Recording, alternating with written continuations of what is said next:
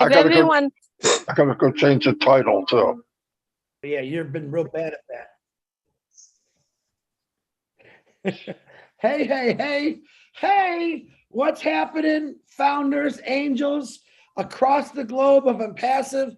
We are back for 1,449th show episode of Obless, where we are literally, physically changing the world for the better through our ideas, through the services that most of us are doing out there right now. And I am so very thankful. I want to say a few things before I introduce our guest.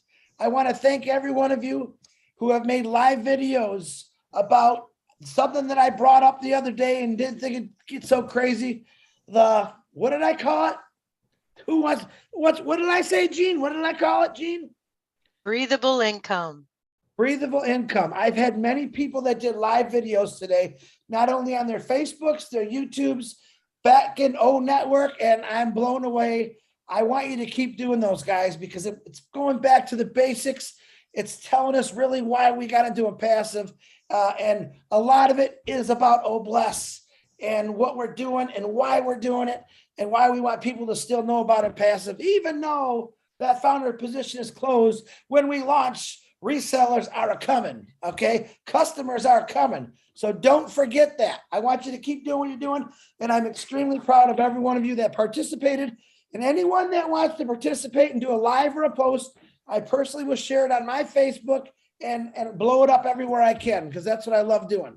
All right. So today on this 1,449th show episode of Obless, we've gone through many, many things. I was explaining to you earlier about how I want to get everyone in every country part of Obless and be able to hear your voice.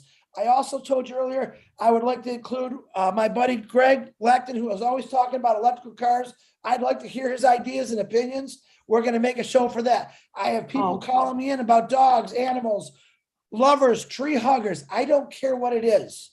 Obless is for everyone. It's for everything. There is no, I'm still a big believer. We got to take care of those kids first.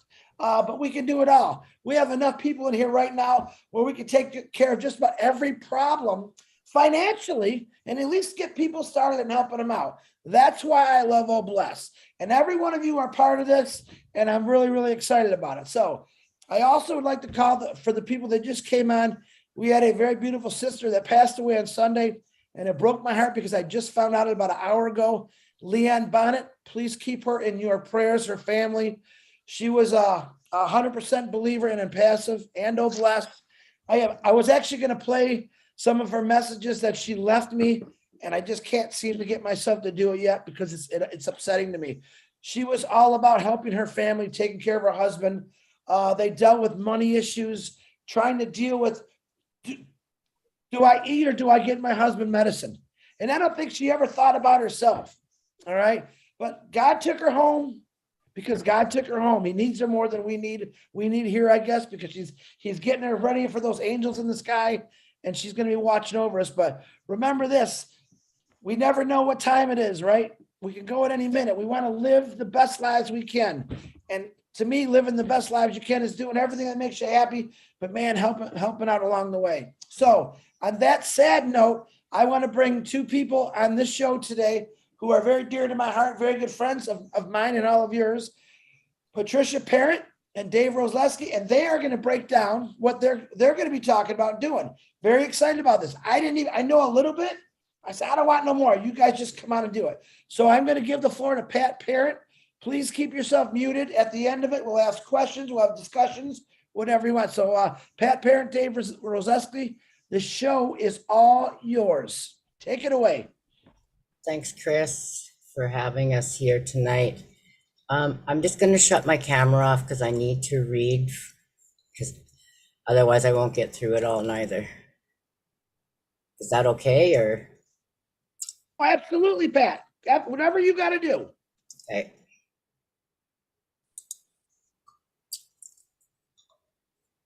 Hello, Marty, everyone. Co-host, Marty. I'm sorry, Pat. Marty, can you make me co-host, please, too? Go ahead, Pat. I'm sorry. No problem, Chris. Hello, everyone. My name is Patricia Parent, and I'm from Regina, Saskatchewan, Canada, and I am your friend and your sister. I'm very proud and honored founder with On Passive. I am also grateful, thankful, and blessed to be here this evening with all of you. Thank you, Chris Johnson, my brother, for this amazing opportunity to share on this Oblast brainstorming webinar with our hopes, dreams, and inspirations that come to us here in Saskatchewan, Canada, with my dear friend Judy Reese and Brian Ketchar. I can't say his name properly. He's from Estevan. Everybody knows him. And the other founders that I met with a meet and greet. I'm sorry that they're not able to be here with me to help present this, but I'm also very grateful, thankful, and blessed for another dear brother of mine, David Rolansky, for all his help and knowledge and dreams and plans to only find out we hit it off with the biggest bang, both with our passions to bless others and to build lives and to make them sustainable living. We are united, working together on lots of different plans to build hopes, dreams for others together across Canada, US to start with, but also to help where we are needed in other parts of the globe at the same time. After following and listening to all the brainstorming on all these webinars with other guests, I believe in my heart it was time for this lady and like-minded founders here to wake up and get planning, as Mr. Ashmafara always says, dream bigger and bigger. So we have a massive dream now, Mr. Ash, and we know all things are possible. Nothing is impossible. But now we must not just have it in our heads, as I usually do, as I'm a visual person. I visualize a lot of things. I'm a person that is only a one-finger typer. As I told Julie today, I'm not a planner. I can vision it. I'm not a paperwork person. I always left that to others who could type more faster than I could. Laugh out loud, but it's true. So this is our why. We have been blessed with David, Judy, Brian, and many others in Saskatchewan, founders here. Even though she isn't here to help me with this tonight, with the presentation, due to traveling back home tonight from her holidays, she sent me a quick message and told me that she's with me always, and I know she is, just before she boarded her flight. Her guidance and knowledge has always been very spot on for everything that she believes as a founder. I could not believe it took her 2 years before deciding to come in, but you know what? She has not stopped since. But as we all know, it takes many, many people to build a village or a town. And Mr. Ash, this is exactly what we are wanting to do to build outside of Regina, Saskatchewan, Canada, and then one close to David's area in Rockaway, New Jersey, USA. Our hearts are called, I'd like to call it Saskatchewan on Passive Prosperity / second chance of hopes and dreams to a sustainable living. And I know David Rolansky's, he came up with one name, but he said he wasn't sure if it was going to be that or not. Trash Can Farms. Just hang on here, I'm going to close this now.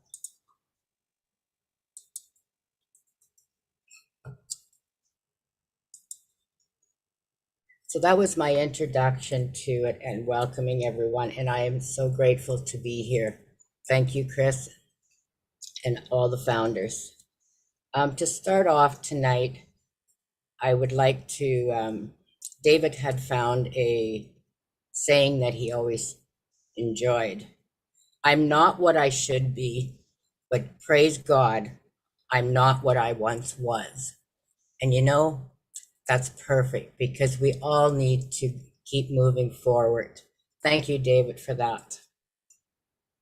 So as I was saying that we have plans for a village or town, I'm going to let David do some of the talking, but I'm going to do a presentation. It's going to be about how to build it. These are not exact, folks. We are just trying to make plans and find different materials and different things that we can use. And if anyone has any suggestions or opinions, please ask after. Because I'm on a roll, I have to keep going, sorry. In our village and town, we'll provide food, water, shelter, power, energy, and we'll go through some of those different ways that we were working on today. And I have to really thank David for his pictures and stuff, and I really have to thank myself because I learned how to use PowerPoint today and yesterday. But anyways, God keeps me going. With some of our food things, it's going to be like greenhouses, commercial gardens, beekeepers, and some of the water is property chosen, which I already seen the vision for the property. It is outside of Regina here. And I believe I told Chris and Julie, and they told me just to keep it all together and say it on Oblast. But I drove by this place. I don't know if it's for sale, but you know, money can buy anything anymore. But it's huge. It's massive farmland. It's got a huge, massive workshop. I believe it's a workshop. I'm not sure. There's Quonsets, there's housing on it already, so that we know there's water and power and energy there right now. But we have some different plans that we would like to do with it. So I'm just going to read a few things. If it's okay, David, I'm going to read some of your notes. Raise them up so that they can shine is what we really want to do with each and every one. Because, you know, right here in Regina, last winter, we had people in tents in the winter. And I live on the 11th floor, and I can look out my window, and I've seen, breaks my heart, people with cardboard boxes laying on heaters just outside. And I did run out of quilts to give them, and I haven't had the area in my home to make anymore. So these are really things that are on my heart to do in our village or town, that we can set up for homeless. We can set it up for anybody that's one paycheck away from being broke. We can set it up for seniors that are needing help, for anybody that has challenges, because we've thought of it all, how you renovate to help people with challenges, with schools, workshops, gardening, medical buildings, doctors. I know I'm only one and we're only a few founders, but we know if we get the word out there, people will help and will want to be a part of a project like this. And just for another thing, on the news the other night here in Canada, I was so heartbroken because Canada's not that big and it is supposed to be wealthy and well taken care of. But yet they were telling us there's over 230,000 homeless. It broke my heart just to know in Canada that, and is that just in Canada or was that just in Ontario? I'm not 100% sure, but they said it was Canada.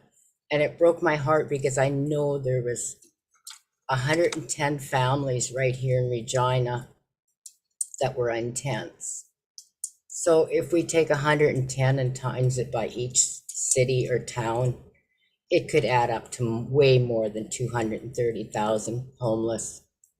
And that can be of anything from poverty to just parents not being able to live with children.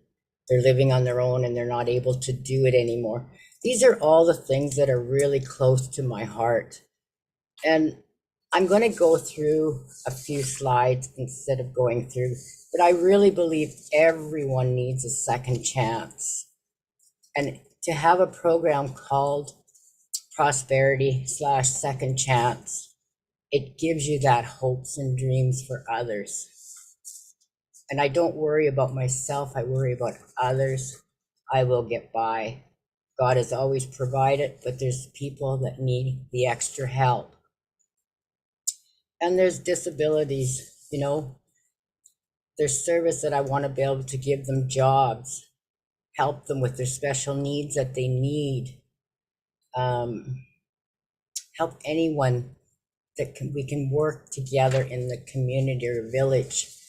And once they've became sustainable, our plans are to share a reseller's position of on passive, but they need to work up towards that before they leave. They need all the education, they need the training, they need to know how to run a business.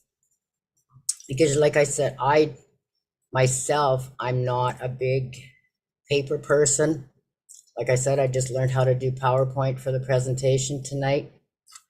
But it's called never giving up, and never giving up on your neighbor, because that's what we need to do everywhere around the world. So if you don't mind, I'm going to share my screen if I'm able to, Chris. And we're going to, thank you. Hey, you're doing a great job, lady. You keep breathing there. You're doing a great job. I'm not on oxygen yet today, Chris. I'm good. I'm saying you're doing awesome. I'm like blown away right now. Okay, I'm just going to try. That's my partner. Thank you, David. Okay, can you see my screen? Yes. Perfect. Perfect. Okay. Yes. I have to introduce myself again. I'm Pat Parent, and my business will be Succeed Beyond. Seeing beyond yourself is success beyond. And I always believe I put the you in there because it starts with you, it starts with us, and it starts being united all together. So this is our project that it's Saskatchewan, Canada on passive prosperity, second chance with sustainable living. And why I say sustainable, because no one will leave the village unless they have a sustainable living that they can handle. And founders, never give up on your dream. Live your dreams. Mr. Ashes always told us dream bigger. So I had to throw that in there. Yes, I'm from Canada. Let's get together around the world and do things. This is one of Dave's reasons with this little guy, and he's from the United States. Thank you, David, my brother. My pleasure. And here I have the heart with the rose with on passive. And what this represents to me is everyone that leaves our sustainable village will receive a heart with on passive and a rose, because then they've succeeded beyond my measures. This is my friend Judy Reese. I wish you were here tonight. This is Brian, and we are from Canada. We are from Saskatchewan, Canada. And this is Dave Ralowski, and he's from Rockaway, USA. New Jersey, sorry, USA. This is one of our core values: commitment, excellence, trust, and integrity. And I believe those are on passive things also. I had to throw this in there. Amen. With Jesus in her heart and coffee in her hand, she's unstoppable. And that's what I believe for myself. A little engine that can. Thank you. And another quote that David brought to me was, be sure to put your feet in the right place and then stand firm. So if we surround ourselves with greatness, all things will be done. And lifting up humanity, this is what Oblast is all about. And if we all start here as one founder and each leaf, we keep growing, it's like those apples coming in or oranges, and we keep spreading the seeds. And each seed that gets spread, it grows another tree. Those are my hopes and everyone that I know. Great quotes. What we fear doing most is usually what we need to do. Think positive, and positive things will happen. So I do think positive. I try to turn every negative to a positive. Remember, we are all in this together. Brace yourself. Exciting times ahead. This is my introduction now, but this is my big why. I love the smile. This is my next smile. You see that big bright one there? That's mine. It's been my goal since day one to have my teeth fixed. And with my breathable income, Chris, I'm going to be able to do that. Big journeys begin with small steps, and this is where we're starting.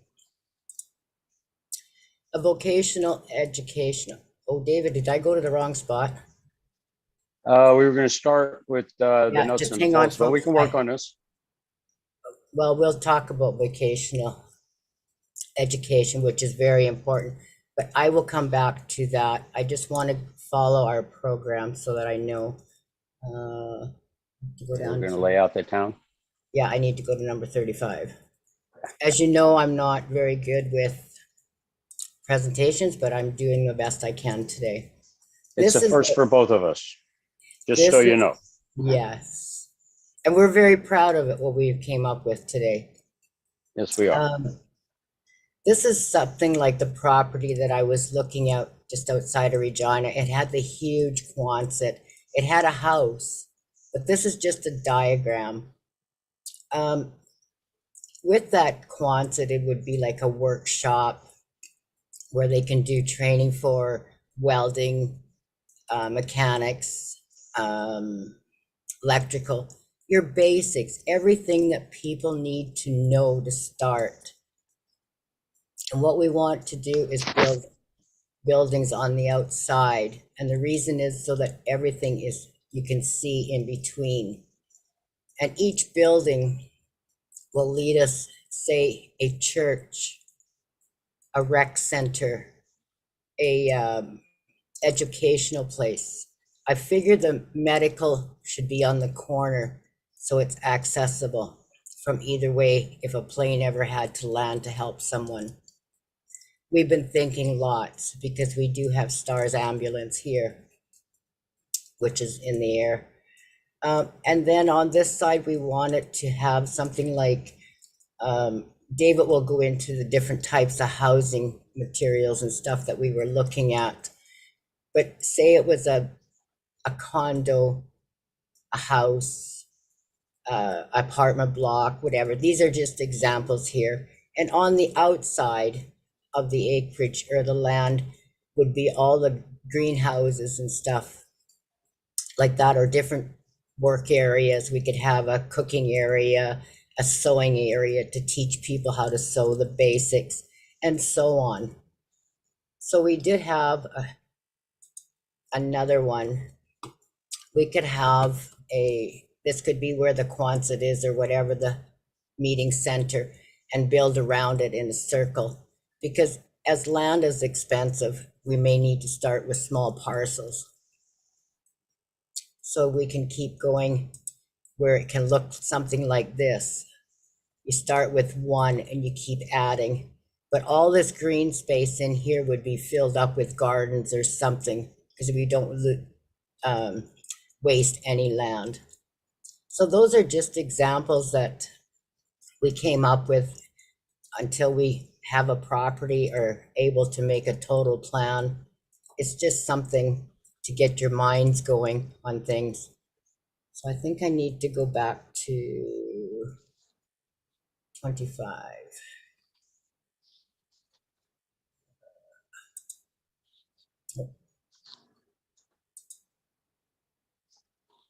Yes.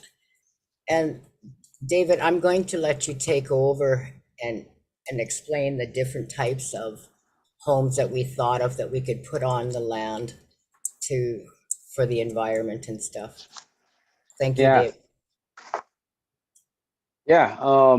When it comes to the homes, I mean, there are just so many options that we have. You know, like here's an example of an adobe house we can use. We have a photo of other houses, like we can make mud brick homes. Like this is an earthship. This is a wonderful design that I really like. Somebody pioneered it back in the 60s and 70s.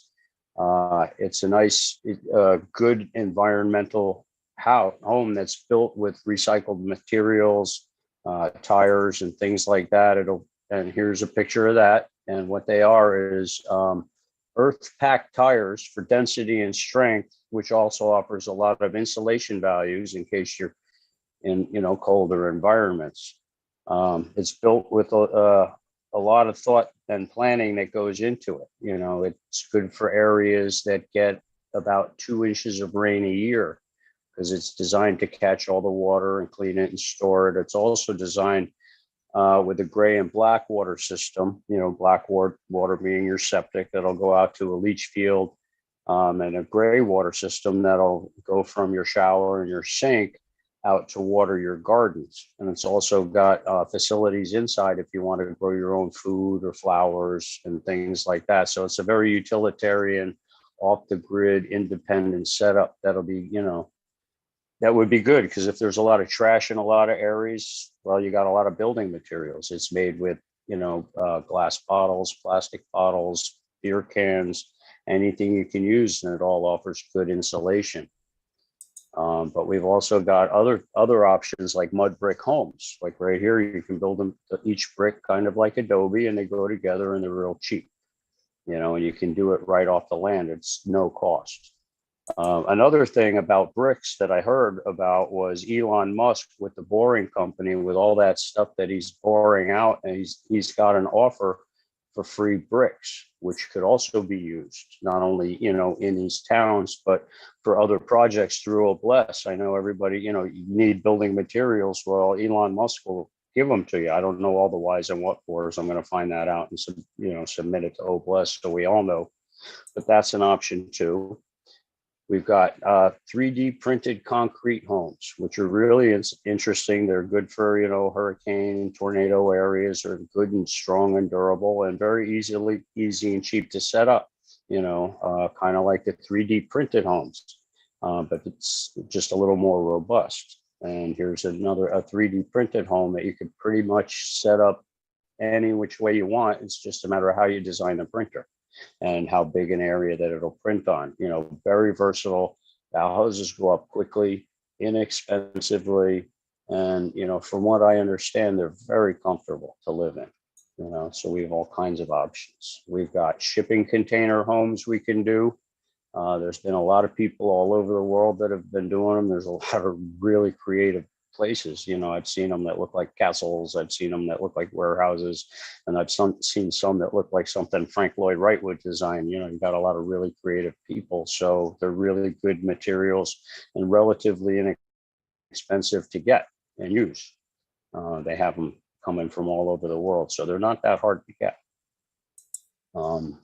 You know, and as far as, you know, the property that we're looking for, you'll want to make sure you've got moving water. This is a nice hydroelectric generator. And if you have a river or a lake or a stream, what you do is you dig a little offshoot off of the side, you know, to divert the water over into this generator here. I found it's really amazing. And if you have fish in the lake, live fish, they can go through this particular generator unscathed. They will not get hurt. They'll, you know, and then after that, the water gets fed back into the river. So we're not taking anything from the river, or you can divert it off so we can irrigate, you know, our food crops or drinking water, you know, and other options. Other forms of energy we're looking at would be wind. You know, here's a squirrel cage fan. They're very good, very efficient. There are other kinds also. Like this is a vertical turbine and very powerful. Doesn't take a lot of energy to turn. And if you keep them up in the air, like on top of the buildings, you get them 20 feet, 30 feet in the air, and lay them horizontally so they're stable, kind of on like a lazy Susan, so it spins around. It will produce an inordinate amount of energy. The fellow that was doing the earth ships was using them, and he had to stop using them because he was blowing up his systems for the house. In these cases, for the town, it would be fine because we would be using that town and pumping all that energy to run the entire town, machinery, lights, everything, you know, refrigerators, everybody's homes. So we'll use that energy and we'll be able to have some left over that we can store for emergencies, or even make the town some money to bring something in so we can do more facilities. We can sell it back to the grid if that's possible in the areas. Where are we at? Thank you, David. Oh, my pleasure, my pleasure. And also we need to go back to our personal development, which is a big part of any town or village that we wanted to set up. We need the mentoring, the consolidation, all these things that are very necessities. We need our health, the skills, the practice, the talents, the social abilities, the inspirations. So it all goes back to, I'll go back here, vocational education. You know, who can qualify for what? We know with OnPassive, we have an e-learning platform called Ocademy. We have other platforms that we can use, OConnect, to help keep people connected with their families. With Ocademy, we can do a lot of training and teaching. So that is a big part of our knowledge that we'll be able to put out there. And as you can see, we'll have schools and online learning. We'll have workshops for any age, because there will be children on these villages and towns or whatever that we decide to build, and help them train to learn.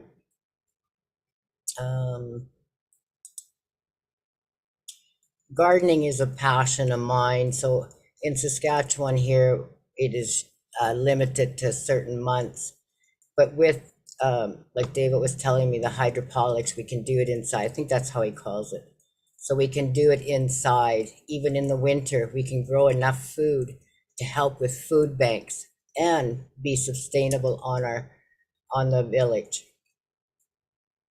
We came up with a few different plans and how everyone in this program, I call it a village because I don't like it to be a program, because everyone is human and we all work together and we bless each other together. So if we all work together and donate our time and build the community, they'll live there for free, because everything that we do and we can sell from the village or town will help sustain our free living there for them, so that people can get back on their feet, have the training they need, have the medical care they need. And this was one of our gardens that we thought that we could have in the middle would be us, and then all the way around work things in a circle, because everything works as you educate yourself in a circle with commitment, excellence, and training. And these were some of the different ideas that we came up with the little fish ponds. And David, do you know how, I wasn't sure how you explained these ones. Yeah, no, it would be a communal greenhouse. We would, you know, have a nice large one. As far as shapes go, I was thinking pyramid because of, you know, all the energy that everybody's talking about it produces. That would help our food grow. But I would also incorporate hydroponics, you know, for people who eat fish. I'd like to try to find some clean fish if possible, something with no mercury or pollutants. Because right now they're saying, well, 10 years ago, they were saying if you eat fish more than once a month, you're putting your health at risk. So I want to get people some healthy food. But we would start in the center with a nice big communal greenhouse set up with aquaponics. Underneath it, we could have a shelter that would double as a hospital. And we could also do our hydroponics underground for the winter growth to keep things going. But surrounding that, we would have our communal gardens, where we would grow all our different crops, and we would rotate everything every season so that we keep the soil fertile and viable and hardy. And then what we would do would be around that, we would do smaller gardens for, personal, preferences. People from all over the world, we're going to be together. You're going to have certain foods that you're going to miss, you're going to want, you really want. So we would have little gardens for that around that, and we could do any kind of communal trading we want with that for foods. And we can even have our own gardens at home. But right here would be, we could also set up little areas where we can grow our herbs and our medicinal plants, get off of big pharma. Let's go back to natural stuff. God gives us everything we need. Why do we have to muck it up? Let's go back to good, healthy, wholesome stuff. We could put together an apothecary. We can do some education in the center so that we can actually learn about the plants in the environment, their healing properties, and all the different things that they want to do. We can grow hemp for textiles, make all our own textiles, make clothes. We can make all kinds of other things. As far as our refuse goes, we could use compost and turn it into biodiesel in different areas. And what was this one? Oh yeah, and these are just little layouts for people that want to have, their nice little personal gardens. There's this big movement for 4 foot, 4 square foot gardens, 4 foot by 4 foot by 4 foot.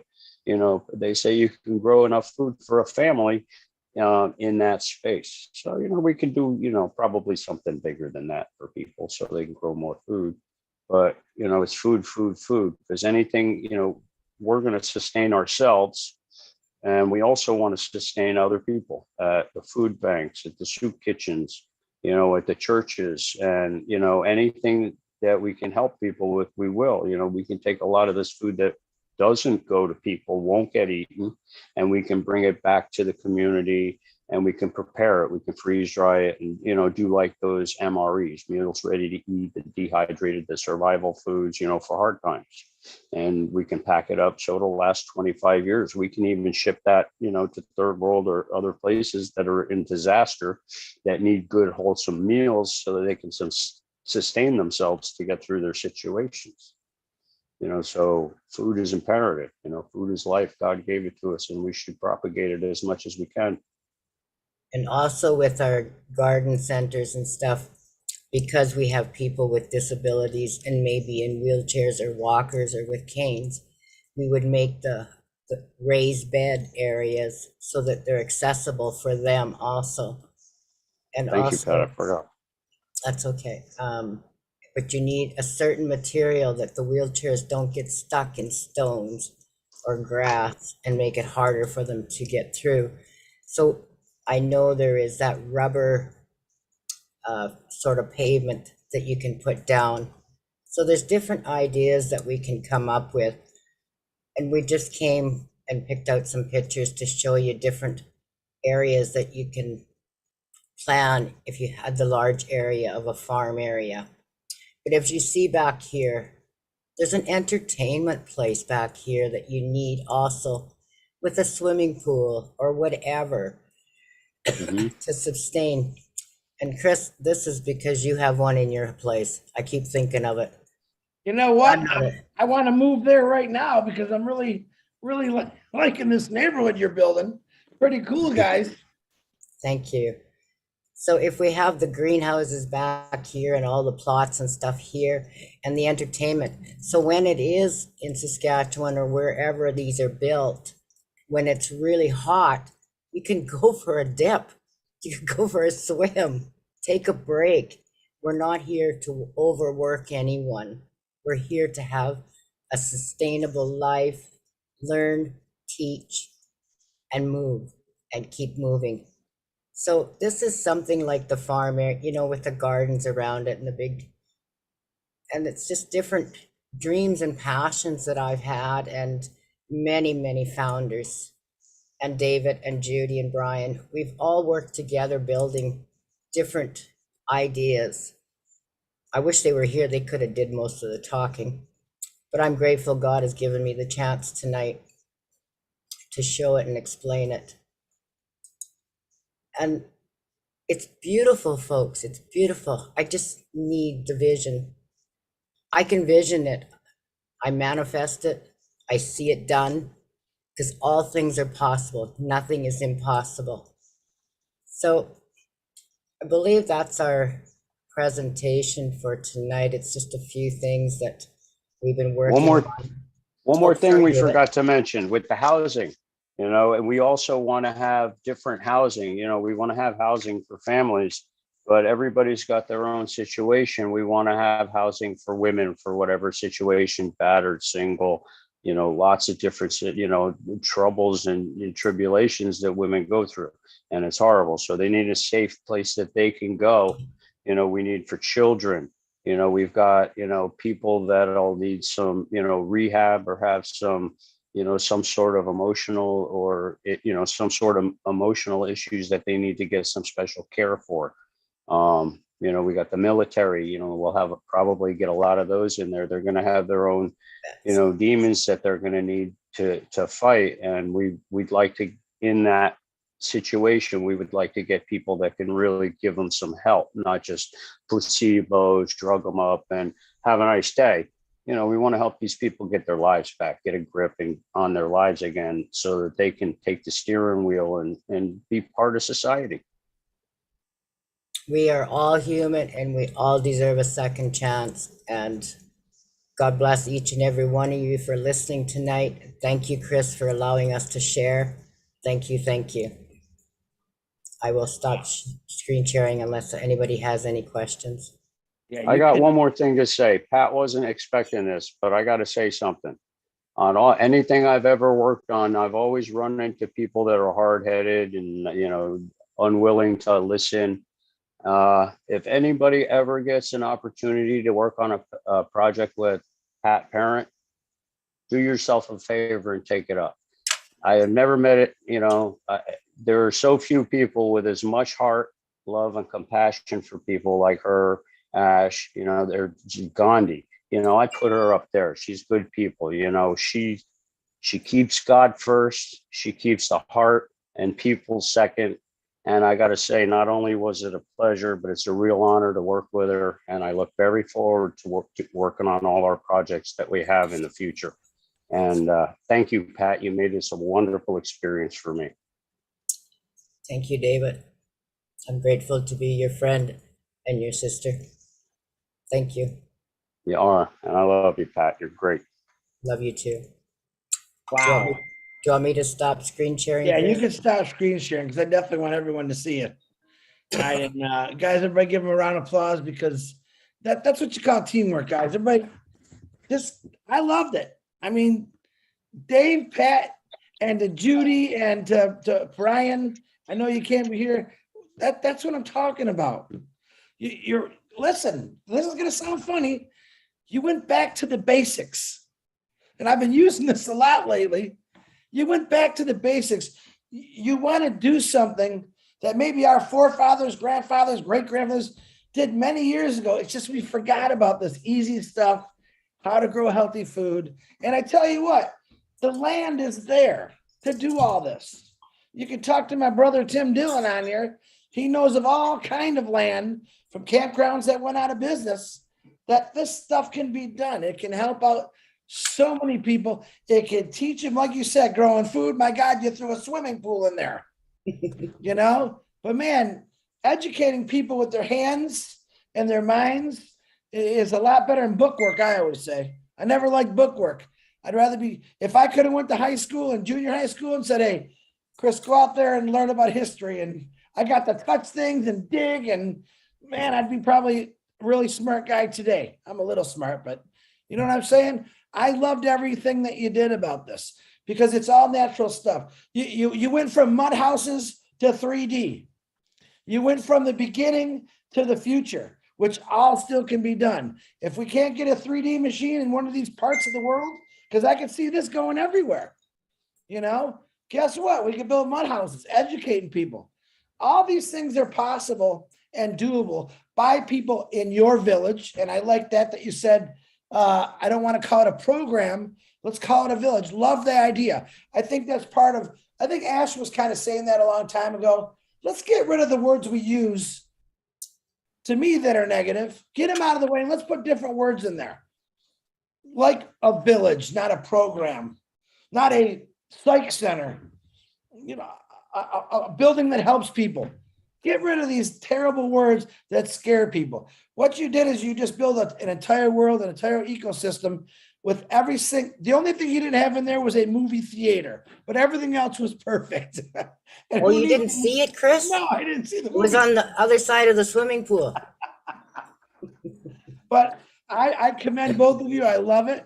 Like I said, I love different things all over. You two pop this out, and anyone right now, first of all, I know you got some kind of questions. I just gave an idea of like, I know where you get land. Talk to my buddy Tim Dillon. I know he's on here somewhere. Where all these campgrounds went out of business, and they're actually set up with plumbing and all kind of things. It's there. The funds are going to come. The apples, whatever you want to call them, they're going to come, and we're going to have funds to start doing this stuff. And you're going to start it off at a small scale, and you're going to keep letting it grow and grow and grow. And you're going to find out, and my brother Marty says this all the time, you're going to find people out there that's already doing this. They do it because they love doing it. They do it from the heart. Those are the kind of people that you're going to say, hey, do what you got to do. If you need something, you let me know. Those people are already doing it out there. But educate, educate, educate, just like location, location, location. People, believe it or not, want to learn. Some people don't, but eventually they always catch on. Man, I could do that. I can do that. Holy cow, you grew your own food. You sewed your own clothes. That's what I'm talking about, guys. All right, give me some hands up. Let's see if we can either add or make some comments toward these guys because it was really good. Narelle Warkan, break it out there, my Australian girl. Hello everyone. Thank you, Pat, and thank you, David. It truly is amazing when we get together, the ideas that we share here in Obless. I've been on as much as I can, every webinar of Obless, and it truly amazes me. It brings comfort to my soul to know that so many people are coming together to do good for our world. A sustainable environment is hugely important. But what I wanted to share today was that most people have been told at some stage in their life that they weren't good enough, that they didn't step up or they didn't do something, or they were told that they just weren't good enough. You know, what we need to bring to everyone is that everyone has a purpose in life and everyone should be lifted up. You know, humanity is being lifted up by those on passive. You know, what you shared today is going to be everywhere because many here, and I see Cynthia Brown as one, that have already that idea. You know, I have it written down in a book somewhere for me to put together a village for those women who've been through domestic violence. But it's not just giving them a place to sleep. You know, it's providing them the talents of how to cook, you know, having massages available, having those gardens that they can create. You know, that's what people need. They need a purpose. They need to know that they are good enough. They need to know that we care about them or someone cares about them. And that's where it gets lost. There is more, and Chris was saying something that's just lost in my mind right now because I was up till 3:30 this morning and I've got to go to bed a lot earlier. But at this stage on Passive is very exciting. But I want to say thank you, Pat. Life is busy, and together on this once a week on our Bless platform, we get to share with those founders who have the biggest hearts. We are all here for the same reasons, you know, and that is to lift up humanity. So thank you once again, Pat and David, and thank you, Chris, for allowing me to speak. Thank you, Narelle. And you guys don't ever have to thank me because I want everyone's voice to be heard. Once again, Narelle, you've always got beautiful words, and I do appreciate you because I know what those hours are like.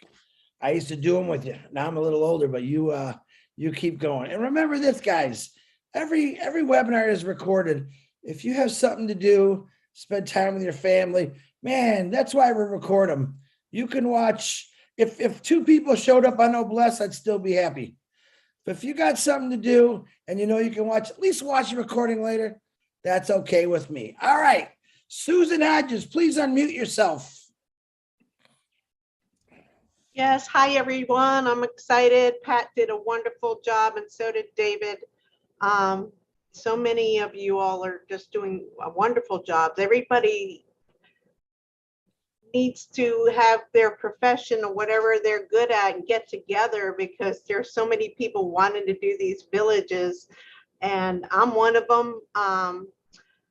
One of the things I would like to do is villages for women that are, say, unmarried women, unwed mothers.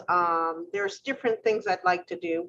And everybody has their expertise, and hopefully when this thing gets going, like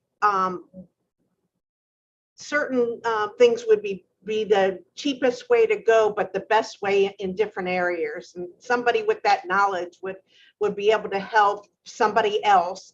And there's so many people in this, or, you know, on passive that have so much knowledge that we need to be able to get together and figure it all out so we can help each other with it. Because, you know, everybody's area, if you work like in your area, just start there and we grow and grow. We're going to get it all over the place because there's so many of us and we all want to help and we want to do kind of the same things. I mean, the greenhouses, my idea is you have to be able to afford to pay the taxes. Even if we paid for the land and the homes, it has to pay for itself. You have to be able to sustain that. So maybe some of that food we're growing, maybe we could sell some of it, and also soup kitchens, but we're going to have to find a way to make income to make it sustainable along with the Bless. You know, we can make the money through that. And hopefully training kids at school is what I would like to do for the children too. So, you know, there's just so many ideas and everybody's so smart, but we all have our expertise in different areas. And I think we need to take that expertise out and bring it together because we all want to help everybody. Thank you. And thank you, Pat. You're a beautiful, loving person. And I love you so much. And thank you, Chris, for having me. And thank you, Lynn and Julie and all of you. Love you all. Good night. I have to go to bed. I got to work in the morning. Good night. You're welcome. Thanks, Susan. Chris, I need to go off camera for a minute to do my nibs. I'll be right Go back. ahead. No, Pat, you go right ahead. You go right ahead, Pat. Okay, Susan, thank you very much for those wonderful words. And you're right. There's lots of things that we can do. What we just have to make sure they get done. That's where I come in. I have to make sure that people follow through. That's my responsibility. I took it upon myself. If Raphael from the Bahamas said, Chris, I'm going to build these damn shelters and no one's going to stop me, I'm going to be the guy saying, no one's going to stop you. Keep going. I'm here to remind you, Raphael, what we're doing this for. I'm also going to pick up a shovel and I'm going to dig with you. All right. That's the attitude that I'm having. Do I expect you to have it? Yes, I do. If you really truly care about people and humanity and want to change it, we are going to have to get our hands dirty. Ladies, we're going to get dirt under our nails. We won't be getting pedicures and manicures anymore because we're going to have mud, dirt, because we're digging the holes to help people's lives. That's what we're going to be doing. So Lori Lund with that beautiful horse, giddy on up, lady. What size do you want, Chris? Better give me a big What one. color? I gotta go. I'm gonna find it. Huh? A real big one I need. I can horse around again here one of these days soon, but Anyways, I'm figuring hopefully next summer would be awesome. Anyways, that was excellent, Pat. I love the diagram and stuff, and gives you more of a visual and everything. And, and growing the foods and everything, and thinking also, you can have a herd of cows out back and get good beef. And, you look at stuff in the store with all the chemicals, and, and it's so hard to choose and figure out which is, better to eat without, but anyways,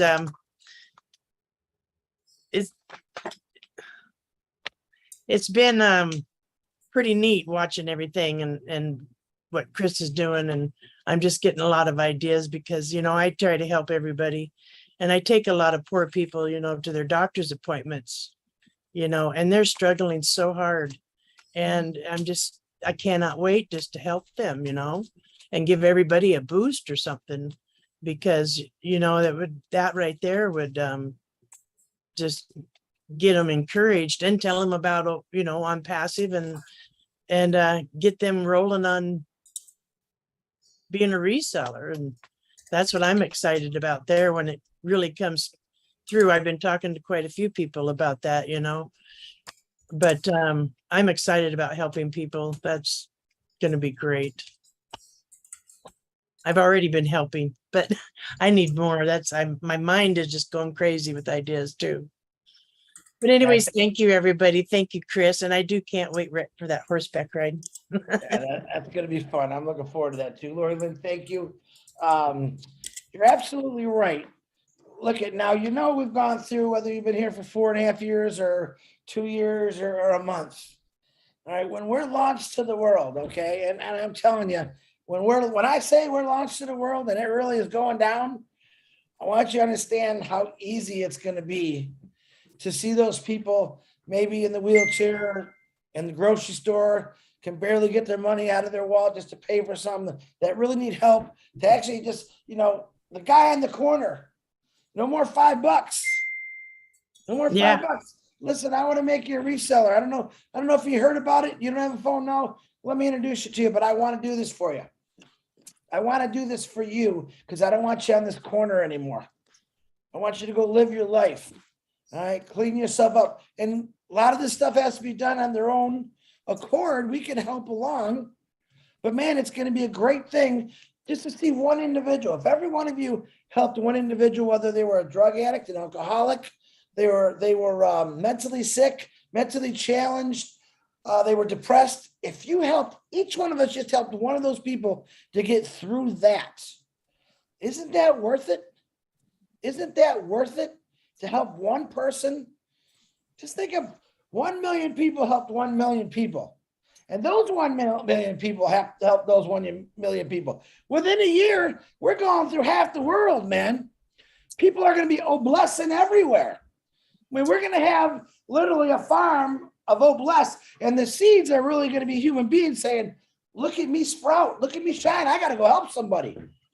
That's what bless is truly about. Keep thinking that way. I get fired up. This bless thing really, out of everything else and then passive, bless just gets me excited and like crazy. So Lori Lynn, thank you very much. I need a bareback horse and ride.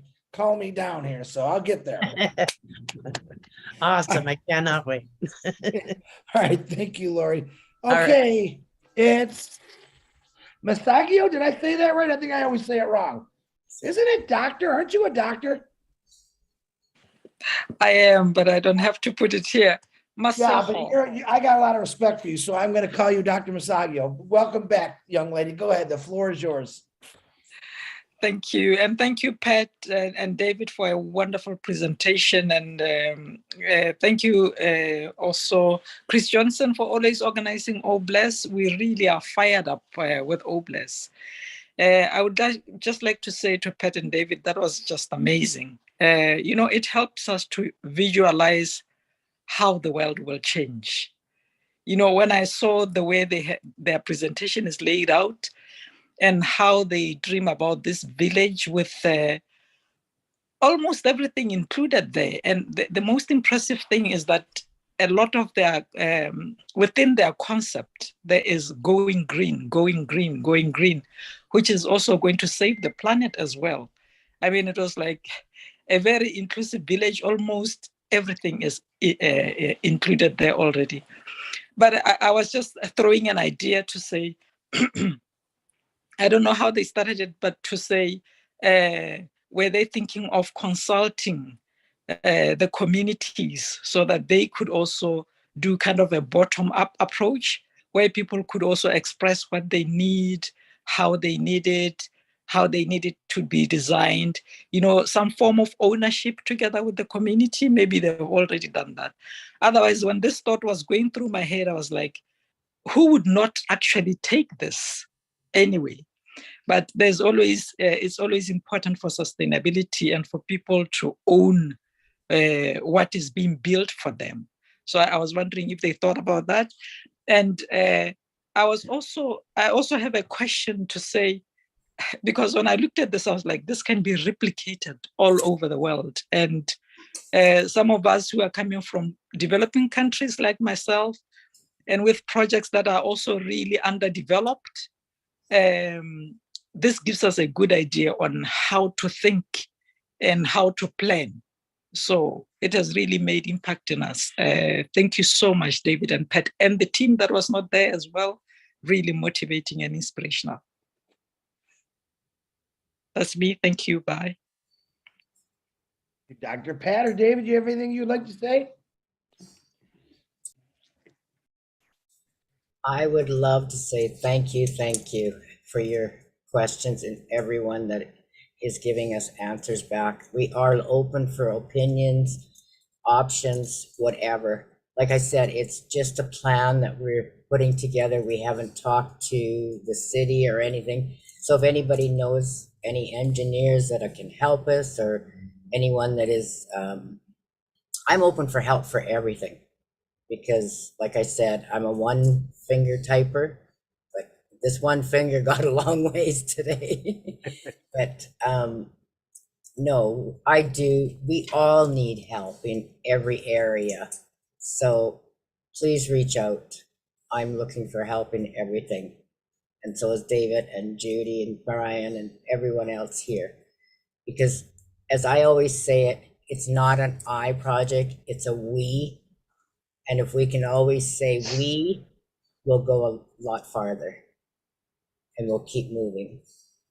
Thank you. Yeah, Doctor, thank you. Guys, like I said, a lot of the reasons I'm doing this too, it's because I love doing it, number one. Number two is to make connections. If you, any of you want to connect with David or Patricia on what they're doing to help them, you know, even with helping with Pat's finger, all right, reach out to them. You can reach out to me. I'll get you, contact them. You can do private in the chat, send them your email or your phone number, and you know, connect up. So it's really a good thing. Dr. Misaki, thanks again for coming on. Always appreciate your opinion and your words. Okay, my brother Tim Dillon, which I know he's going to talk about that property. Tim, go ahead, brother. Well, Chris, how can I not come on and talk about it after you threw my name out there all around? Now, as you know, I ran a KOA campground for almost 30 years. And I know for a fact that many campgrounds have gone out of business during the time that I ran the campground. And also to this day, many are falling on bad times. Now, these campgrounds are very unique because they already have a water system. They already have a sewer system. They already have an electrical grid. When I ran my campground, I was the mayor. I ran a mini city. I had it all. I had to run the sewer plant. I had to run the water system. I had to run the recreation. I had to do everything. So these facilities are sitting out there not being used or taken advantage of, and they're there. Not only that, they have lots of land, typically. So those garden areas are very possible. Bringing people in to live there, you get the right people, they could actually operate it all. Yeah, that's a plan. Okay. And David, I think you might fall into this and understand that it's not just campgrounds. Boy Scout camps, Girl Scout camps, religious camps, they're all out there. They're sitting dormant. They have all the facilities. They have recreation. They have land. They have areas for where you could do gardening. The only thing is to get these people that need these facilities to better their lives, we might have to provide transportation from where they are, where we put it, where we get them to where they need to go. Because some of these camps are very secluded outside the area. But I think it's possible. And I think it's something that should really be looked into for tiny homes, this kind of development. If they're not being used as a campground or a camp, they have everything. Take advantage of what is there. And they may be a little pricey to get, but overall, they would save a lot of cost in developing these areas. And I look forward to helping. You know, I know Daryl Hess is a campground salesman. And you can go online and you can punch his name in, and he's got campgrounds all over the country that are listed for sale. There's all kinds of ways to find it out. I told Chris, you know, get online. All you have to do is type in campgrounds for sale. Boom, it's going to come up, and Daryl Hess's name is going to come up right with it. It's incredible what you could do with a property like that to house people who are needing to be blessed. Because not only would they have a place to live, they'd have recreation. They might have a fishing pond, swimming pool, yada, yada, all kinds of stuff. I don't know what else I can say, but I had to follow up, but Chris was calling me out.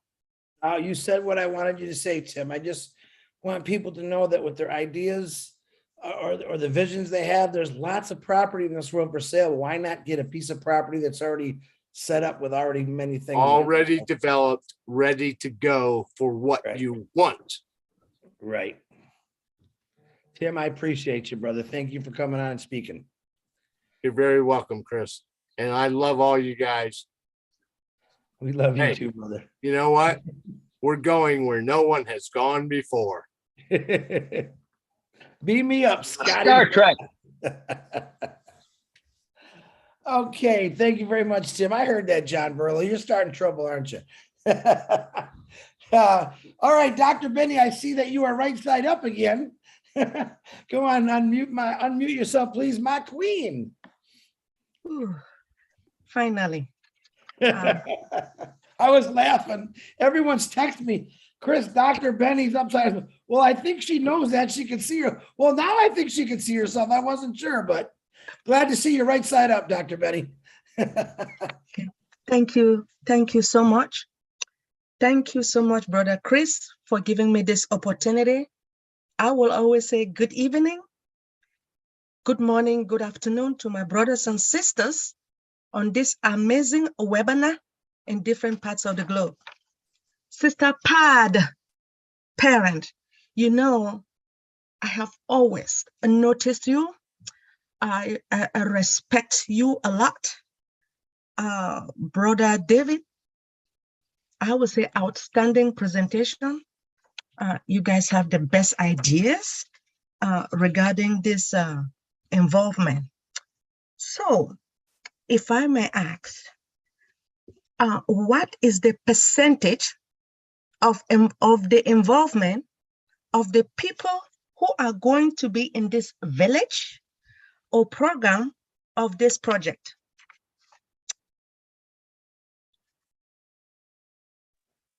Well, what we thought we would have would be a certain core of, regular paid employees to keep the place running, all the basics, all the core. Everybody else would contribute. Anybody else that would come into the program, we'd be offering vocational, education, so people that could get jobs. And yes, like the gentleman, I forgot his name. I'm so horrible with names. He had great ideas. We are going to be getting like vehicles to get people back and forth to work, so they have transportation, so they can do that. But what we would ask them would be, after work and you're doing your life, you donate some of your time. You give us 2, 4, 6, whatever's comfortable for you, whatever out, but yet functional for the town. We would ask you to donate your town. In return, we would give you shelter. You would have your home, have your area that you could call yours. You could take your life back. This would be probably a 1 to 5 year plan. We would bring people in kind of from the prosperity centers, the homeless people, people that are just down on their luck, like Pat said, a paycheck away from falling apart. We can bring them into the safety net, into a nice safety area where they can, relax. They can, put their lives back together. And as they progress, one of the things that I want to do is work on getting other properties, distressed homes, things that could use a little spackle, a little paint, use some of the people that are in these prosperity centers to volunteer their time, so that we could rebuild these homes, so that when people outgrow our little area, they can have another house. We would make sure it's at a lower price point so that it would be affordable for their situation. So, we're trying to help them grow, not make a profit on it. So that would be another 1 to 5 year plan for them, so that they could pull their lives together, start making, progress, and put some money away. And then, eventually, once you get, into position, you can buy the house you want to live in the town you want to live in, which would open up that home for the next person to move in. So we would have a steady flow, from, oh my God, I'm broke, I'm on the street, I don't have a home, to, okay, now I've got a place that I can go get food, shelter, safety, little medical help, a little education and training. And we would slowly move these people through the process so that they could take back control of their lives, really take the reins and understand what they're doing. They can get these education. If you don't manage money, you can learn to manage money. If you don't know how to swing a hammer, you can do that. You want to learn computers, we'll try to do that if we can. Depends on where the interests are. And we just try to help them the best they can. Like I said, we want to raise people up so that they can shine. And we want to, change their paradigm, change the way they think, so they know the world isn't just beating them down anymore. Now you're in control of your life. Now you're going to do something. And hopefully we can, spread the idea, the mindset, and, they can pay it forward and go ahead and help some others, and those that are unemployable due to some sort of, emotional, physical, some sort of issue that you have, well, you can come in, you can donate your time as well, and we can wind up gifting you a founder's position, and then we can give you some training as far as running that business, so that you can handle your money and make your decisions, and then again take control of your life and move forward. Brother David, I am so proud of you. Now, when I saw the building, and I know all of us saw the building, the environment, it is too good to be true. I mean, I love it. Now, and I saw something you talked about, like the 3D printing. Now, have you looked for those builders that they will utilize the 3D printing? No, I haven't actually done the research as far as who's doing it, what's involved, or what the costs are. But I have been keeping an eye on the technology, and see the leaps and bounds that it's making and how much more accessible to the field it is, how you can bring these printers out and actually do the work. So I think it would be a really good, fast way to throw up a lot of homes, because you could put together a few crews as it's going. You're putting in your plumbing, you're putting in your electrical, you're putting in your AC, any other technologies you want, so they would go up pretty quickly and they would be ready pretty quickly, so we could place people.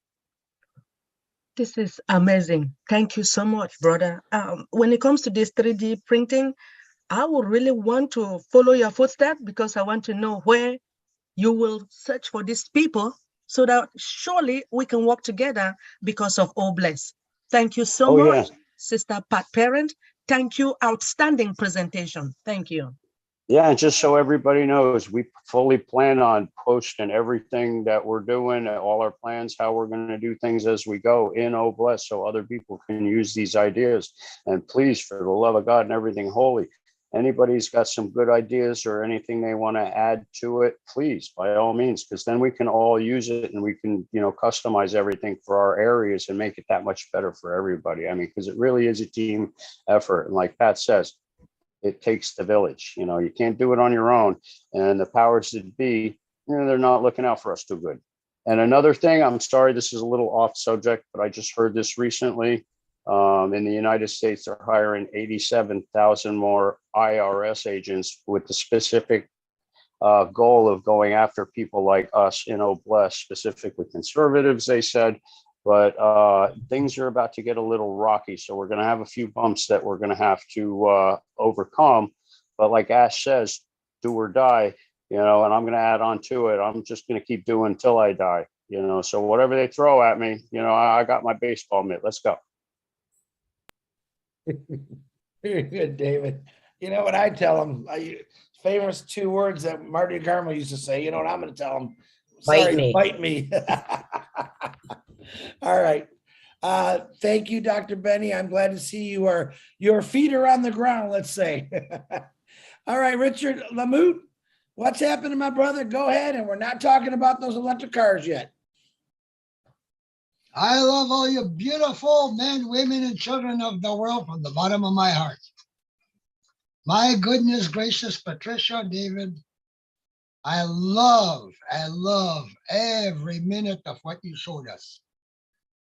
We have homeless people and poor people right now that are actually doctors and lawyers and nurses and carpenters, you name it. They're out there because society has put them there. Even doctors, for God's sakes, can't afford to live anymore. That's how bad it is. And I like this, what David said about the IRS. Well, forget about them. They can have the money. We'll give them their share.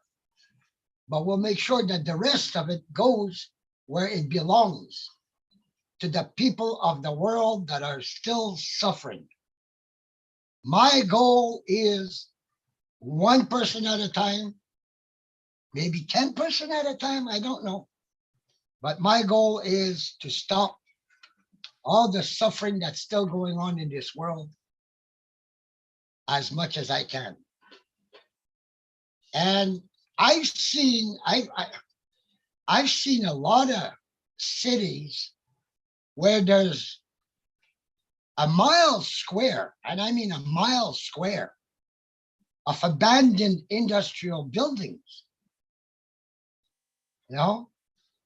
and somebody told me that supposedly after so many years, you can buy that whole square mile for $1 from the government. Well, geez, they already got the buildings on them. Okay, they're metal, they have to be fixed. But putting pride back in the homeless and the poor people, they'd be happy to rebuild that into homes and take care of it themselves. And we make sure that they all have a reseller's position. Then they can become self-sufficient. The 1 mile by 1 mile becomes self-sufficient. The ones that live there are the ones that work it and keep it going. And like you were saying, gardens. I've seen now they're building gardens in water. They put a water pipe around and they just put the plants in there, and there you go. You've got all the food you want. Unbelievable. The technology of how to garden now is just unbelievable. And what's happening is the farmers are losing their farms. And it's sad. It's sad. They say there's lack of food. Well, yeah, poor farmer has to survive. And you got to remember that the weather is very tricky. So farmer never knows what he's going to have at the end of the year. But feeding the people is, I think, my #1 priority, to make sure they at least have food and water and a roof over their heads. That's my priority. After that, yes, take care of the addicts, take care of the alcoholics. You know, get some doctors to volunteer their time. You know, I spoke with a lot of homeless people, and I'll tell you, you have to get their confidence. You can't just approach them and say, well, here, this and that and that. You have to have them confide in you. You know, yeah, you have to open your ears and sometimes shut your mouth, which I got problems with, but that's okay. But anyway, that's, you know, the way to approach the homeless. They have to believe in you. They have to trust you. You got to remember what they're going through. I would not like to be in their boots. I mean, I was close to their boots, but I wasn't homeless. At least I still had a roof over my head. Maybe I had to beg for food, but that's okay. I laugh about it today. I'm very positive. But I love you all. I want to give you all a big, big kiss and a big hug.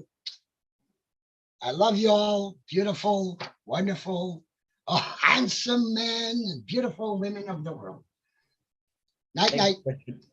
Thank you, Richard, very much. You can hug me, try to kiss me. I'm going to bop you, though.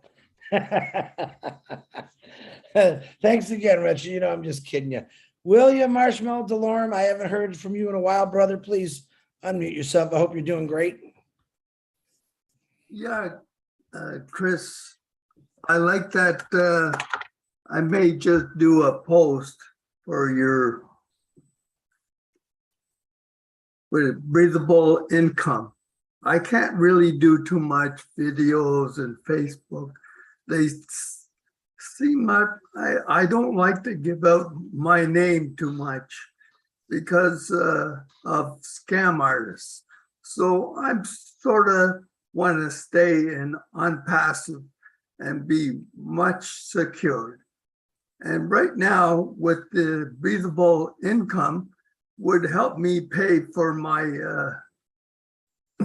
progress with physio and other things. I'm progressing. So like I went from 79 to 83 and he likes my walking. And I think of Norelle and her girl that has portfolio. It's all mindset. You can get to the point where they say you're not able to do things, and then you just show them that you can.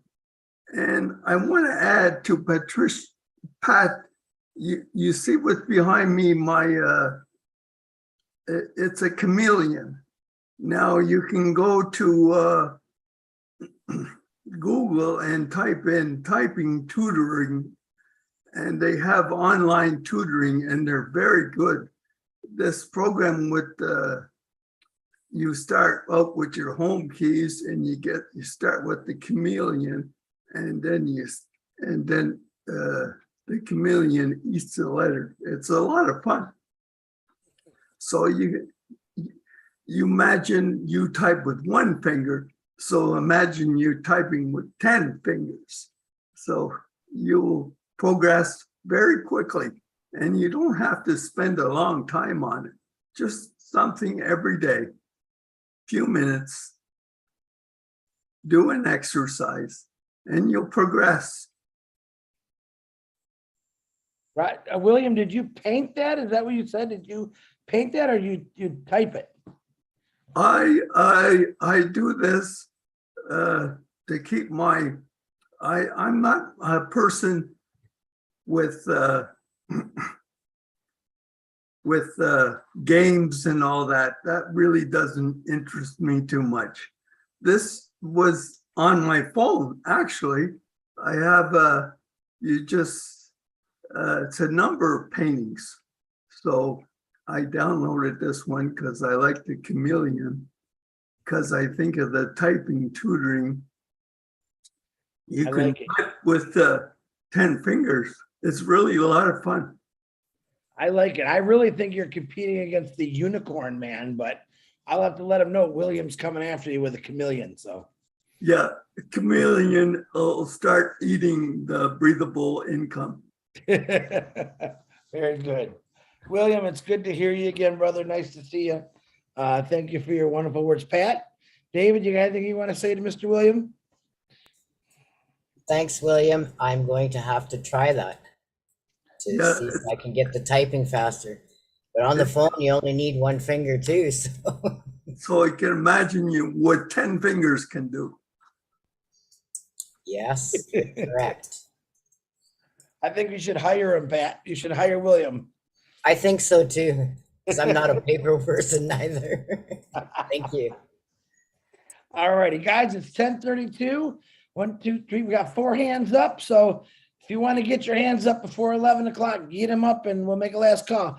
Mrs. Is it where'd she go? Bridget, my beautiful sister. Come on, unmute yourself, young lady. Let's hear that beautiful voice. Thank you, Chris. Good evening, everyone, or good morning, or good afternoon, wherever you are in the world. Wow, Pat, I am so thankful for you. Thank you so much for that presentation. That was awesome. I appreciate everything you did, you and David. It was well done, well put together, excellent work. Thank you. I just had a question, and I'm assuming that because we're brainstorming, so hopefully it's okay to ask the questions. It might be something that somebody else might have addressed in the past, but I just wanted to ask, not only for you too, because I know we have other people that have ideas that they put together about what plans we have for Obless. So I just wanted to ask, how do we plan to navigate the process of all these communities that we have to ensure that we incorporate the community at large, you know, to make sure that they tap into the resources out there. So do we have something in place? That's something that I thought about, so I don't know.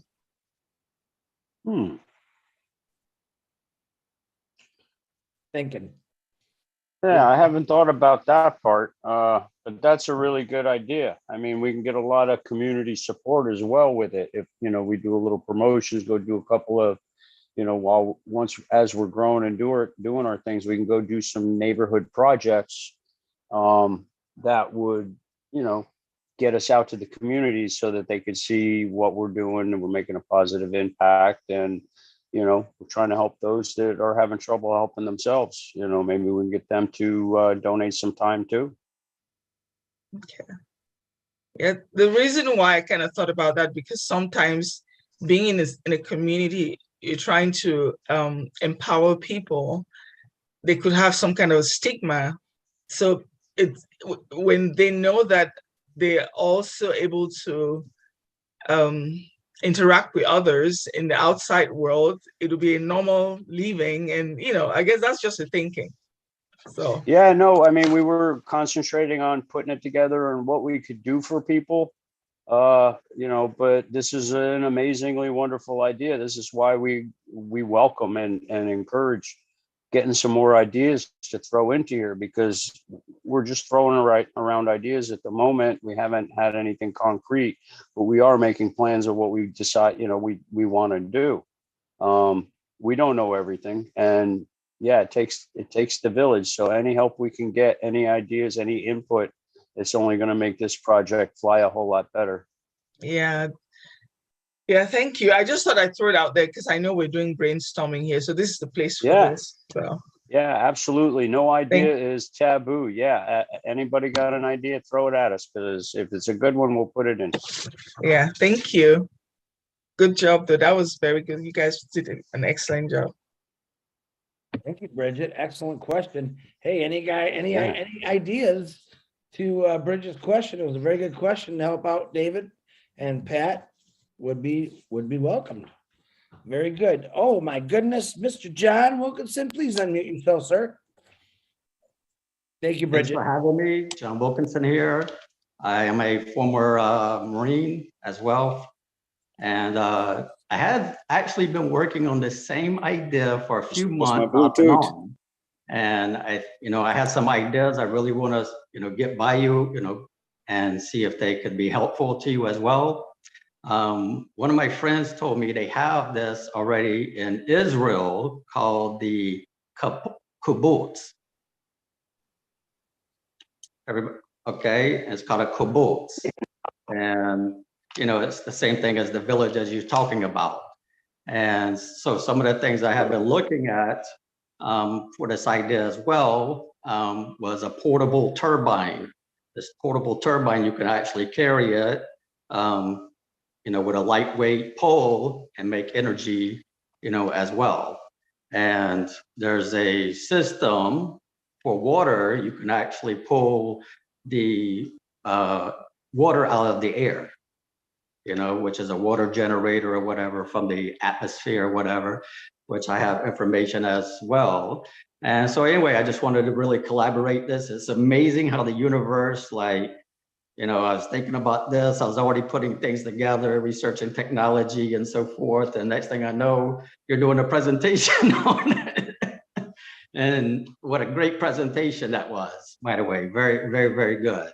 So I just had some ideas I wanted to run by, like you said, I don't know everything, and nobody does. And so these are some of the ideas I've already researched that I would like to throw your way and see if we can collaborate and anything I can do well. Absolutely. Yeah, definitely. All collaboration welcome. All right. Thanks for having me.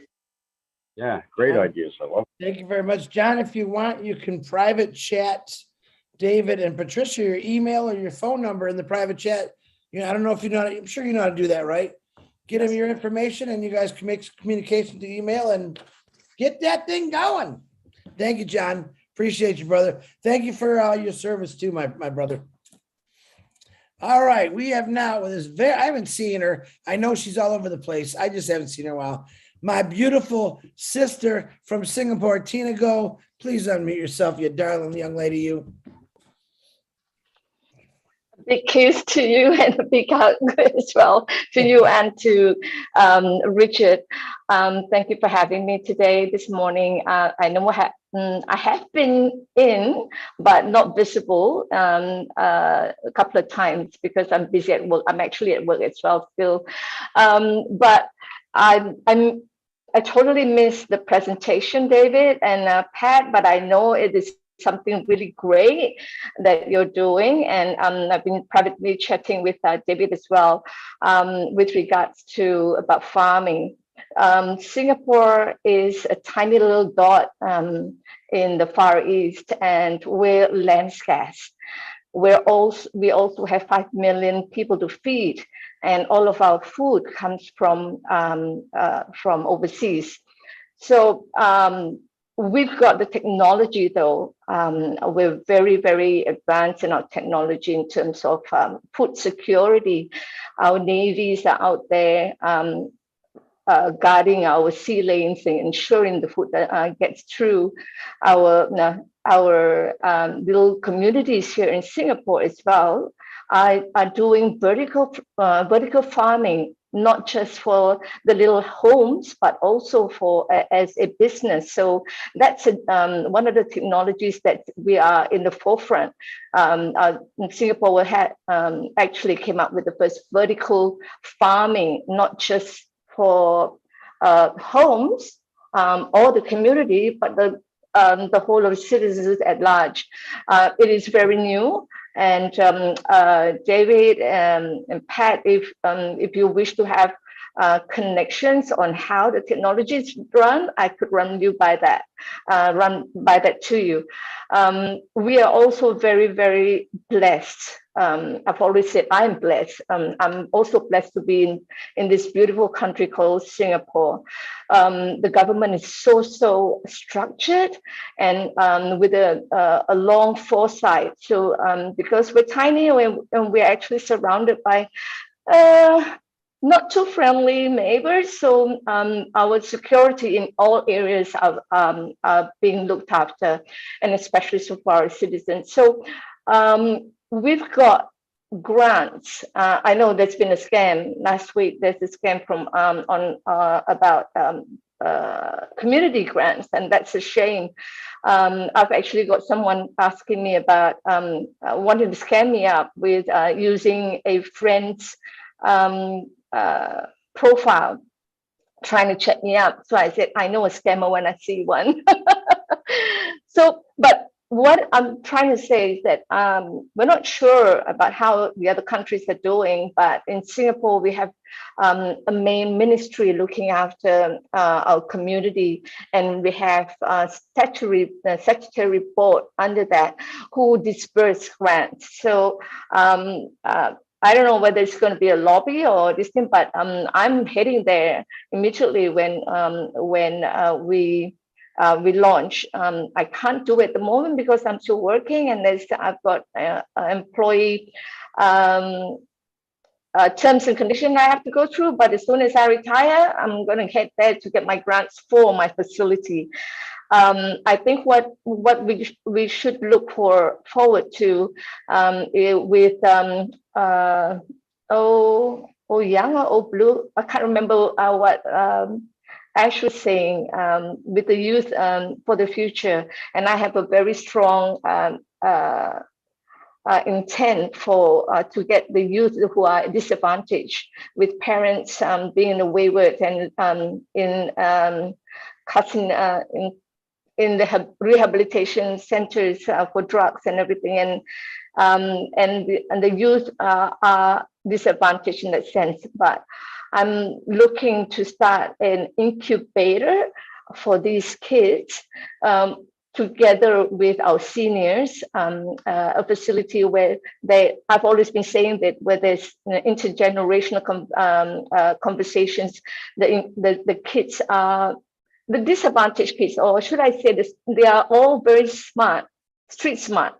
So, and they're very innovative.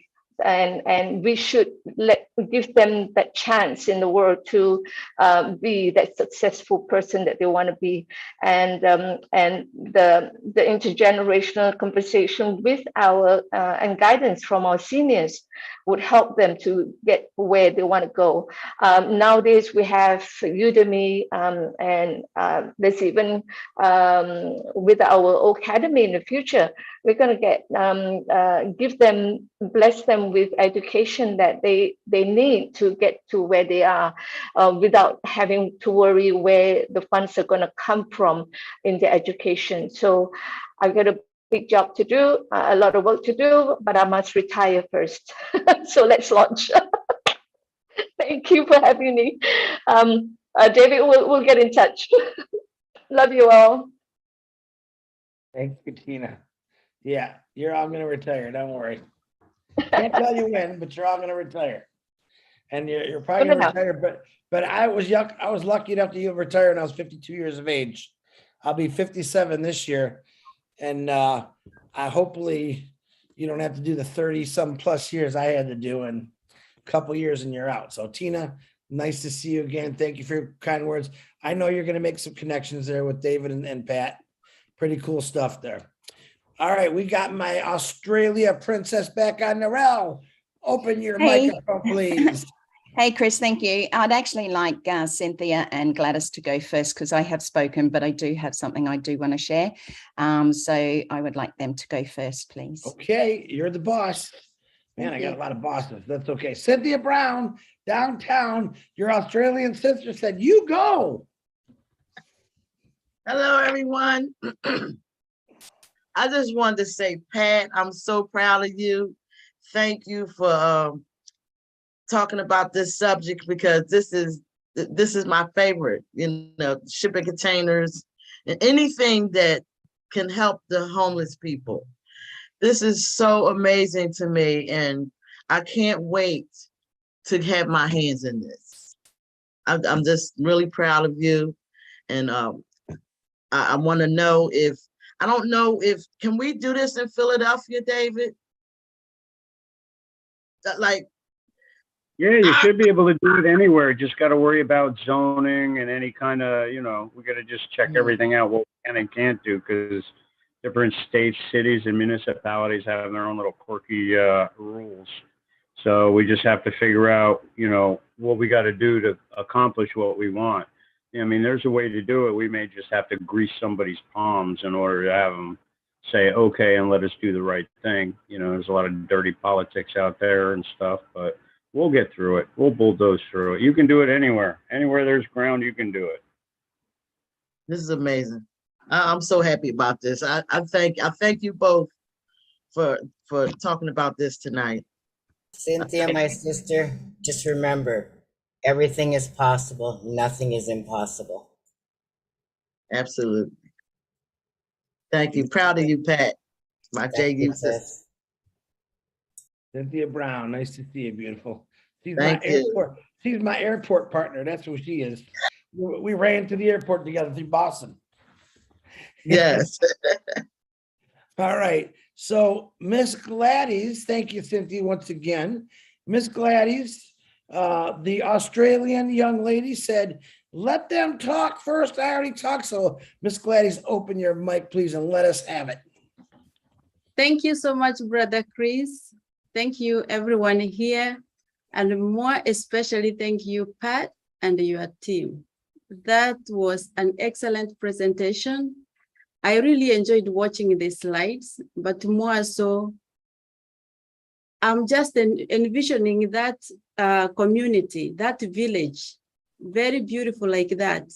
I think this can be replicated around the world. Even now thinking my mom is elderly. I have aunties who are elderly, and the gardens back home, when they dig, you know, they have to bend to the ground. But when I saw those gardens that are off the ground, the box gardens, I think they are going to give people quality of life, especially the seniors. They will enjoy farming without having to bend so low to hurt their backs. And this dream that you have started, oh bless, will bring it to pass. Because I know there are so many people who will benefit from this, not only the elderly, but even the young people, bringing them as a community together. And as I know a question came up twice, but maybe I can share what I was thinking about, asking whether you are going to involve the community. I think Sister Bridget and Dr. Benny, they asked that question.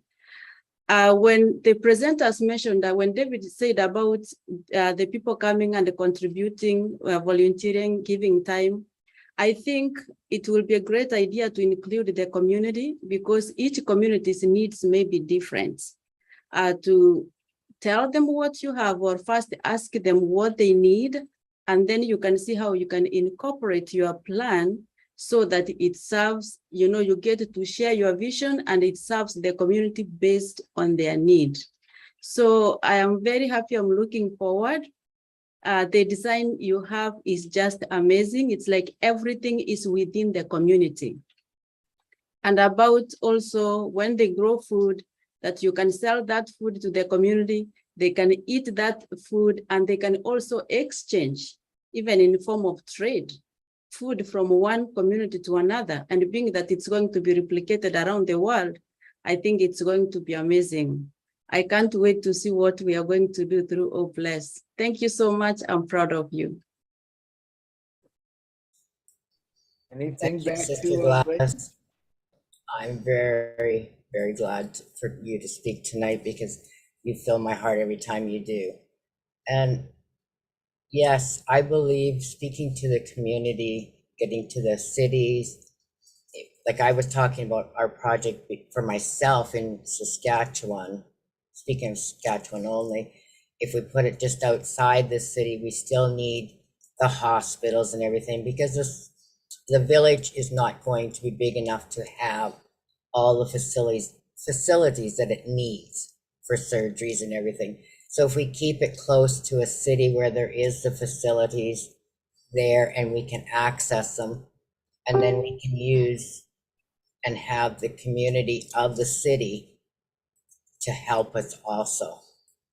Because the vision I have for the place that I visioned and drove by and looked at for an hour and sat there and visioned it was just over the bridge out of the city, which would be 5 or 10 minutes out. But whether that land will ever be available, I don't know. But there is other lands. We're called the Flatlands and the land of the living sky, so I'm not worried about land. It's all around.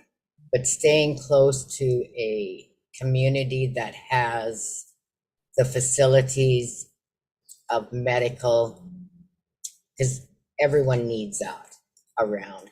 And in Saskatchewan right now, too many hospitals have been closed down in the small towns, and seniors' homes have been closed. And now they got to start opening them up again. Will they? I don't know. But if we stay close enough and have facilities like private surgeries for when you, or if you break an ankle or you, for minor stuff, not the major. Because I don't believe a small town or a village would be able to handle it all. My personal, anyhow. I don't know. We still need the communities around us. Because it's called a we, not I. Gotta love that, Pat. All right, where did she go? Gladys, did you get your question answered? I think you did. Yes, I did. My hand is down. Thank you. Thank you, there you Sister go. Pat. Once again, Gladys, you're always good in my eyes. You're a beautiful young lady. I always love the outfit you got on. Thank you for making me smile. All right, I'm not going to you yet, Narelle. I'm going to Mamadou. Who is that guy in a car? He doesn't have a mask and he's not working there. Mamadou, you there? Go ahead, unmute yourself. Oh, there he is with his mask.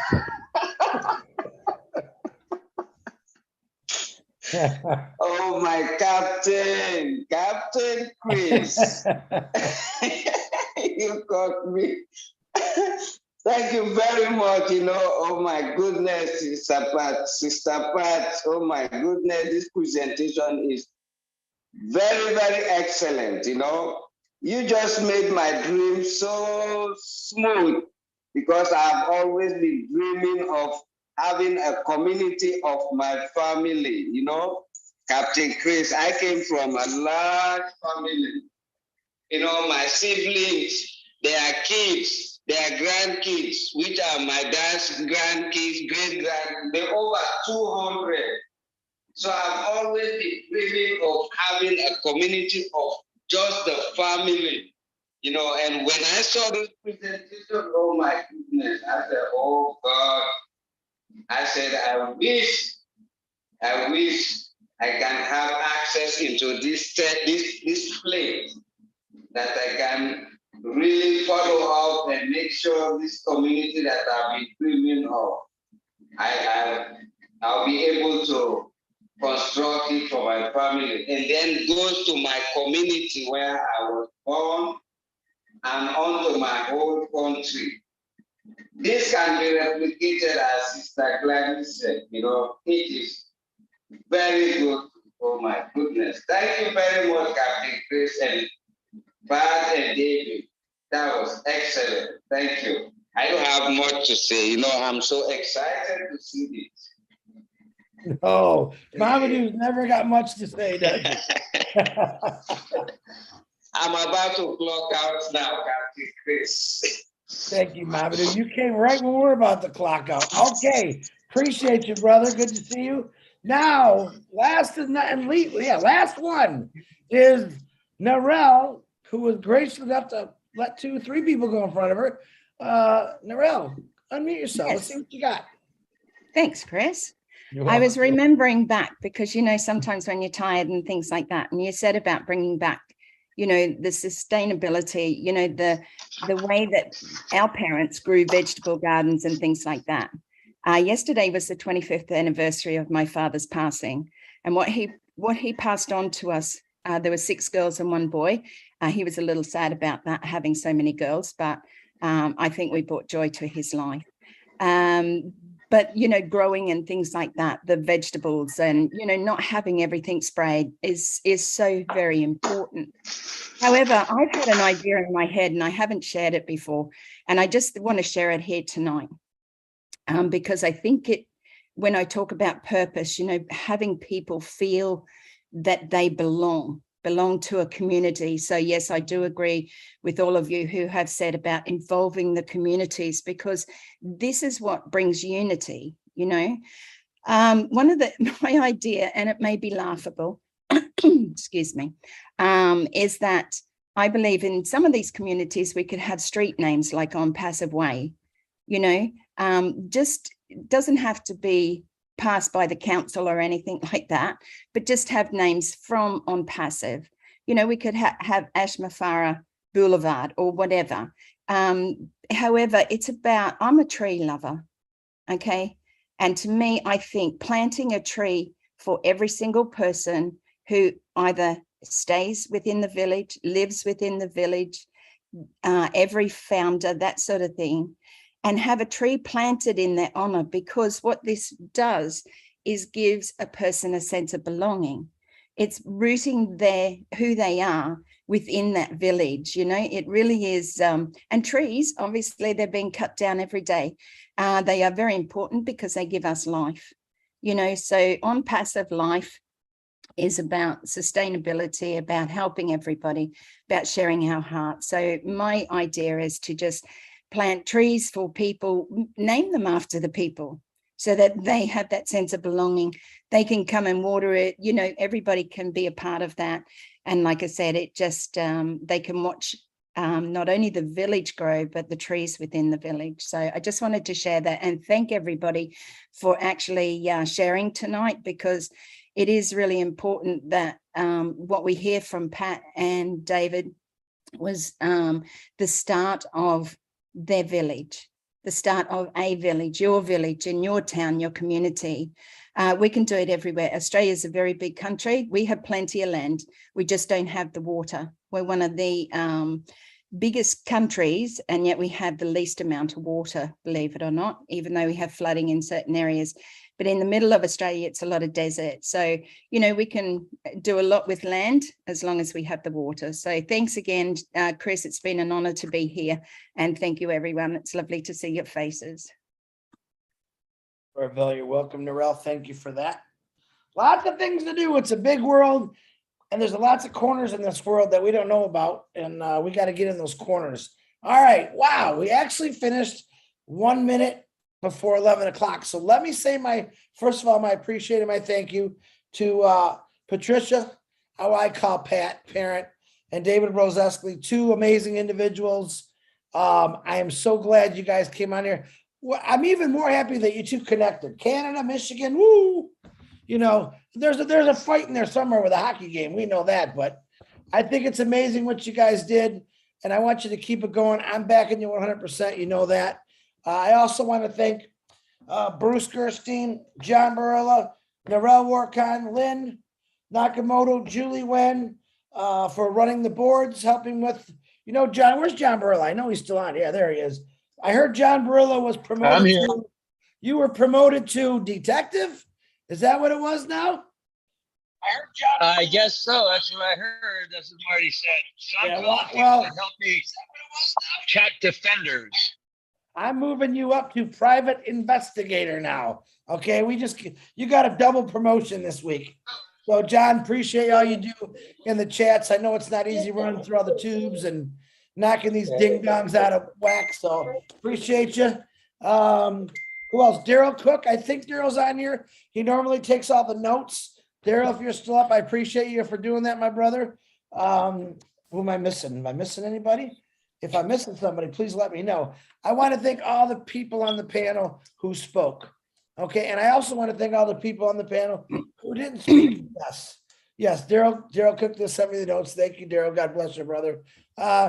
Just remember this, guys. Ash said it, I always say it. Do one nice thing a day for somebody. It doesn't have to be about money. It could be a hug. It could be a thank you. It really does change someone's attitude. If you do say to an individual, good morning, have a great day, and they say, don't you dare tell me what to do, run away. Run away from that individual. There's no helping that guy today.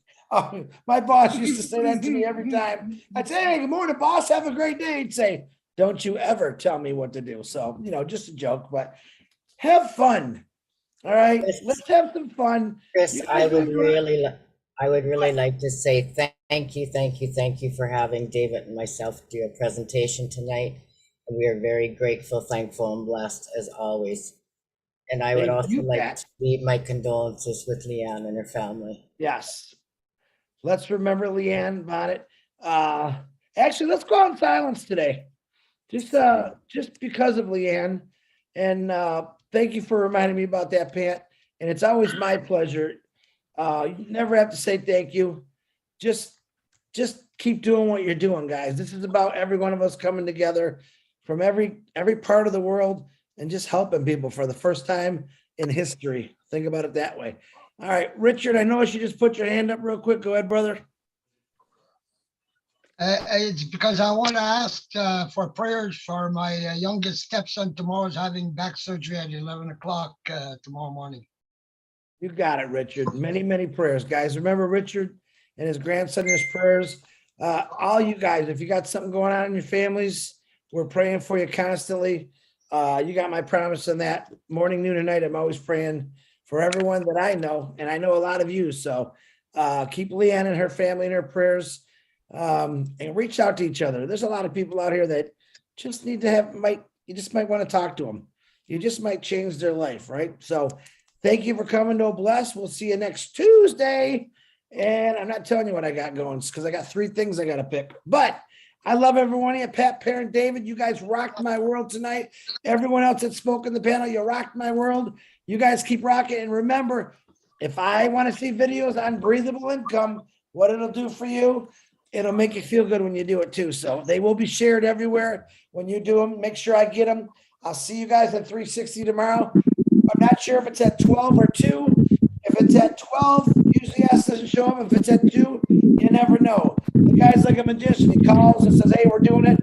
Hold on. Hey, that's how it works sometimes. But remember, Ash's updates, as far as I'm concerned, we're in the back office. Under updates through Marty DeGarmo, through the webinar. That was a good update. That's really all I needed to hear. But believe it or not, people are learning to stay calm now. It's gotten a lot better. Where I don't have wake up to 300 messages and say, Chris, is Ash coming on today? I don't get that. So people are learning and respecting the guy, what he's doing. That's a great thing. So don't you worry. Things are still going on. The way I see it, the longer we don't hear him, the lot more he's going to tell us next time we see him. So God bless every one of you. Get some rest. 11:04, perfect record timing. I'll see you all tomorrow. All right, we're going to go out quiet. I forgot. Let's go out quietly. Good night. God bless you. We'll see you later. Good night. Good night. Awesome, Good brother. Good night, all. Good night, everyone. Good night. Good night. Good people. Everyone from Thank you, Philadelphia. Pat. Thank you, David. Chris, good night, everyone. Thank you very much. Have a wonderful You, Pat. night. Hey, my Morris. baby. Good night, Bridget. Blessed night. Come to Late Night Chat with Lynn and Rob. Lynn and Rob, midnight. Very Good night, much for Bridget. monitoring our John Barilla. Thank you. God bless you. Thank you, David and Don't Pat, for this forget, guys, I amazing forgot work. Lynn and Rob will be on Mama midnight. Do. Night, Lynn and Rob will be on midnight. Night, Mama I Do. apologize. I forgot. I thought we were supposed to exit quietly. I know, we're not being very quiet. Exit quietly. I think, Have I a think, blessed you know night. what, right now, Leanne's looking down and said, these people just Thank you, don't know the thank power you. rules. It's okay. Exit baby. quietly, folks. night, Dr. Oh,